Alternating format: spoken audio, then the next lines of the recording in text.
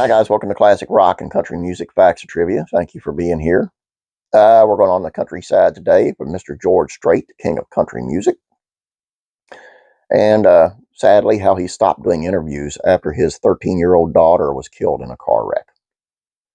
Very sad. Let's take a look.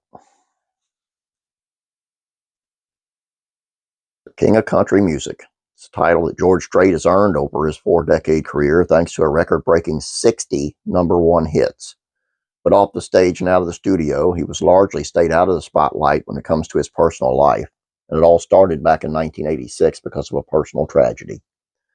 George and his wife Norma had their first child, a daughter named Jennifer, less than a year after the couple eloped to Mexico to get married, and they would later have their second child, a son, George Bubba Strait Jr.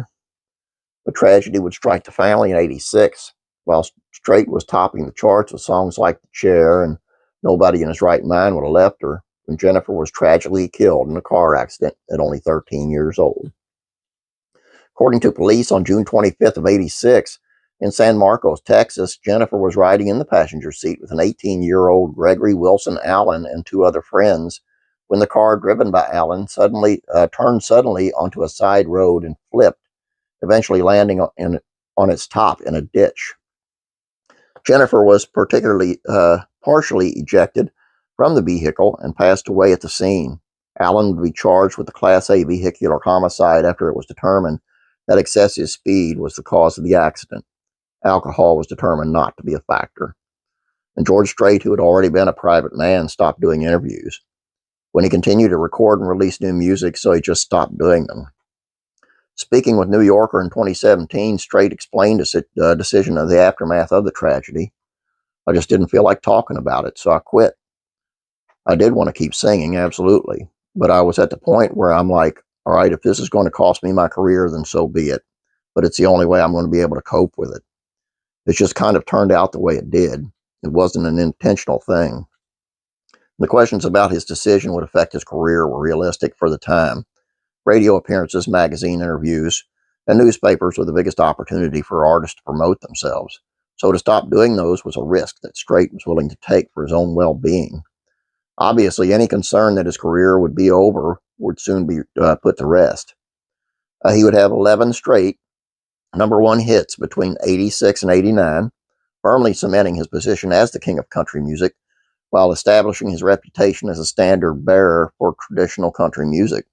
Strait would later establish the Jennifer Strait Memorial Foundation, which helps to provide for various causes supporting children in San Antonio, Texas area. And his desire for privacy may have actually worked in his favor. The mystique around a legend whose image is so carefully curated seems to have helped Strait become an almost mythical figure in country music, an untouchable presence who only shows us what he wants us to see. Behind the scenes, it was an image born not out of well-thought out attentions, but out of unthinkable personal tragedy. Can't imagine.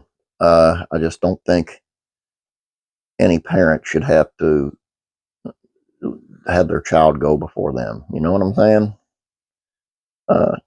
It's got to be a pain unlike any other. I don't understand how anybody could handle it or take it. I couldn't. I know me. I know me well. I guess a lot of people have a bit of stronger faith than I do. I got strong faith, believe me. Don't doubt that. But wow, what a faith it would take. That's all I have for you. Please don't forget about classic TV facts and trivia. It's on the Brady Bunch. And the Brady Bunch is a very Brady Christmas and 7 things from that that are so 80s. So take a look at that. Please subscribe. Please subscribe here if you haven't. And please like this video. Have a great day. God bless you. As always, praying for you.